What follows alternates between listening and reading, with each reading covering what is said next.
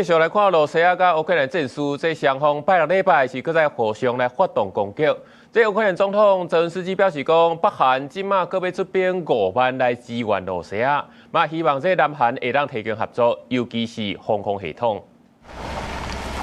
根據烏克蘭官方通報，在初8到初9，羅西亞強度空襲當中，全烏克蘭境內上無有13個人死亡，90個人受傷。這當中包括第2大城哈爾科夫一棟大樓，和羅西亞導彈甲無人機擊着，現場引起火災，造成3個人死亡，37個人受傷，傷者閣包括一個5歲的查甫囡仔。Попал как раз вот 6-й этаж, где нет балкона, рядом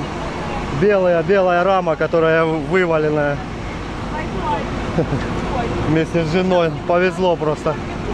越南首都基輔市區受到美西的空襲，4個人受傷。南部濱海城市敖德薩和羅西亞數十粒飛彈甲無人機攻擊，造成12個人受傷。當地能源基礎設施也受到損害，部分地區熄電停水。其他的城市包括蘇梅、赫爾松甲東部頓涅茨克等前線地區，尚無有6個人死亡。同時，羅西亞甲烏克蘭相接的邊境貝爾哥羅德州受到烏克蘭無人機大規模報復，造成5個人死亡，24個人受傷。傷者包括一個4歲的查甫囡仔。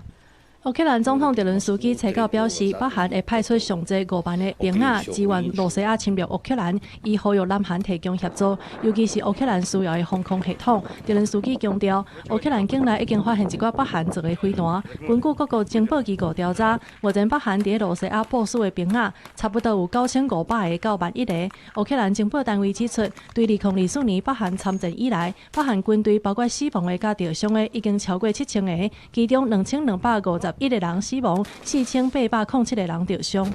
另外一方面，烏克蘭已經甲美國達成一項每個月定期提供愛國者防空垃圾飛彈的協議。不過，澤連斯基講，這個供應量猶閣無通應付對防空的需求，呼籲有相關庫存的歐洲國家愛放出更較儕防空資源。因為日本、南韓甲以色列同款有真好的防空武器的產能，也毋過日本甲韓國因為受到國內法規甲憲法的限制，目前也無通向烏克蘭提供防空武器的援助。公司新聞，景元慶編譯。